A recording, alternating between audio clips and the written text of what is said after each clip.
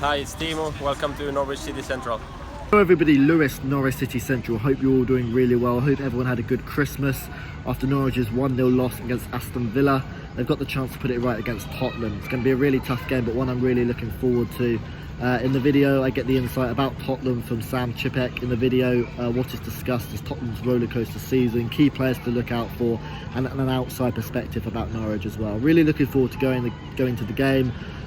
Hope to see you all there, and yeah, really looking forward to it. If you want to hear my thoughts and my preview on the game, head over to Sam Chippeck's YouTube channel and subscribe while you're over there. Hope you enjoy the video. Hi Lewis, thanks for having me on the channel, and I would love to have been able to say to you welcome to the Premier League, but considering where you are at the moment, it's probably not the thing you'd be wanting to hear.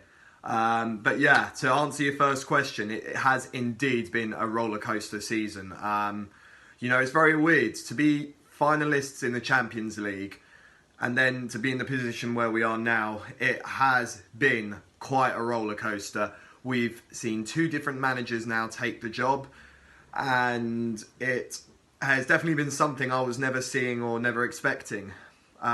Results were just not good enough, and yeah, the team, the players, the fans all starting to lose their head a bit. Right now, I feel like, you know, there's a little bit of hope. I wasn't too impressed with our result against Chelsea the other night.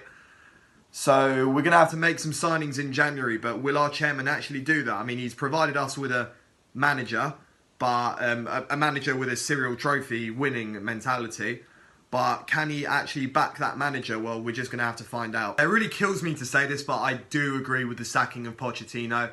I think that the timing of Pochettino getting sacked was doing Poch a huge favour, because I know there was already a bit of a Pochettino out brigade starting to show in the fan base, but it still wasn't to the level where an entire stadium like those mugs down the road, who we call Arsenal, would toxically boo your own manager and boo your own players. It thankfully didn't really get to that stage, and he basically got sacked at that time just before it could have resulted to starting to see certain fans booing the manager. But yeah, I hate to say it, but it had to be done. You know, Pochettino was losing the plot. He was losing the dressing room. He didn't even travel back with the players after the Champions League final and just went absent most of the summer. So yeah, I think we realistically should have sacked him after the Champions League final, because you could just tell in the press conferences there was just something not right about him. You could just tell that his head just wasn't screwed on compared to the season before. You know, losing away games as well for or not winning an away game, sorry, for over 11 months, I think it was. Ridiculous. He had to go. And overall, you know, it's early doors, but I'm happy with the way Mourinho has walked into our club. I'm happy with the way he is trying to restore the mentality in the players. And you're starting to see that, because just like what we saw earlier today with, or yesterday, as this upload will probably be uploaded, with against Brighton, Eriksen really stepped up. And we're not happy with Eriksen at the moment because he doesn't step up. But under Mourinho, you are starting to see him pick and choose his games and show up when it really matters most, just like what we saw with Wolves and the assist that got it to Vertonghen to get us the last minute winner. So, you know, we got to give him a chance. But like I said in the first question, we've got to financially back Mourinho. And if we don't financially back him, I don't think there's any point even getting angry at him, because he needs the support that he gets. So this is down to the board as well. Yeah, it's a bit of a weird one, that. You're obviously 20th right now, but you haven't had all bad games. I mean, you drew with Leicester, which was like a good away point. And you also drew with Arsenal, but, you know, that's a given really, because Arsenal are rubbish. And you even beat Man City in your backyard. So I don't see... It's just unfortunate that you're holding the 20th spot, because obviously you haven't done well in the other games. But look, you've got a fantastic striker. You know, Pukki is something of excellence, something of absolute source. And you just need to keep hold of him as much as you can and see if he's got loyalties for you if you do go down, because, you know, Pukki is a player that I am going to be so nervous about personally. You know, he knows how to... He's got a good hold-up play. He knows how to finish.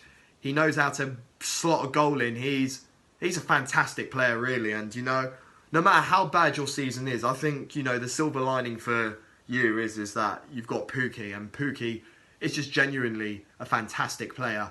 And he's one that can definitely get a place in the top 4 team as either a bench striker or even a backup striker or even a first team. Even in first team, he's brilliant.